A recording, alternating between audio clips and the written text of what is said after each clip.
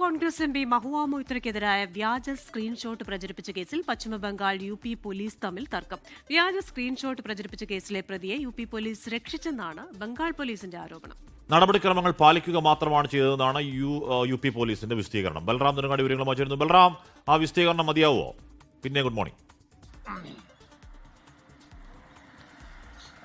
Hashmi, Christina, രണ്ട് സംസ്ഥാന പോലീസുകൾ തമ്മിലുള്ള ഒരു സംഘർഷത്തിനാണ് മഹുവ മൊയ്ത്രയുമായി ബന്ധപ്പെട്ട വ്യാജ സ്ക്രീൻഷോട്ട് പ്രചരിപ്പിച്ച കേസ് വഴിവെച്ചിരിക്കുന്നത്. മഹുവ മൊയ്ത്രയും ഒപ്പം തന്നെ തിരഞ്ഞെടുപ്പുമായി ബന്ധപ്പെട്ട മഹുവ മൊയ്ത്ര തൃണമൂൽ കോൺഗ്രസിന്റെ മുൻ തെരഞ്ഞെടുപ്പ് പ്രചാരണ ചുമതലയുണ്ടായിരുന്ന പ്രശാന്ത് കിഷോറുമായി സംസാരിച്ചത് എന്ന് പറയപ്പെടുന്ന തരത്തിലുള്ള സ്ക്രീൻഷോട്ടുകളാണ് വ്യാജമായി നിർമ്മിച്ച് പ്രചരിപ്പിച്ചത്. ഇതിൽ മഹുവ മൊയ്ത്ര കൃഷ്ണനഗർ പോലീസിൽ പരാതി നൽകിയിരുന്നു.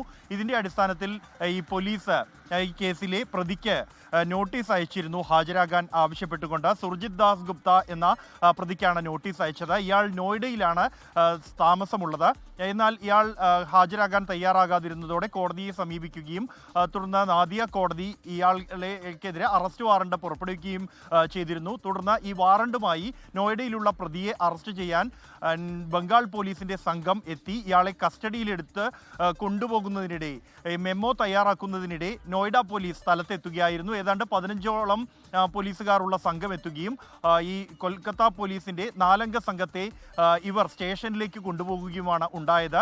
അതിനിടെ ഈ പ്രതി രക്ഷപ്പെടുകയും അയാൾ ഒളിവിൽ പോവുകയും ചെയ്തു. തുടർന്നാണ് ഈ സംഘർഷത്തിലേക്ക് വഴിവെച്ചത്.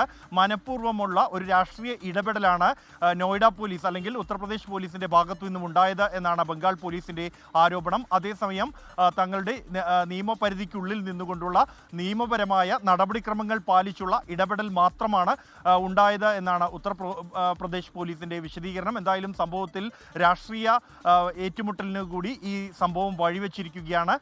തുടർന്നും കോടതിയെ ഇക്കാര്യങ്ങൾ ബോധിപ്പിക്കാനുള്ള നീക്കത്തിലാണ് ബംഗാൾ പോലീസ് ഉള്ളത്. ക്രിസ്റ്റീന, ഹഷ്മി.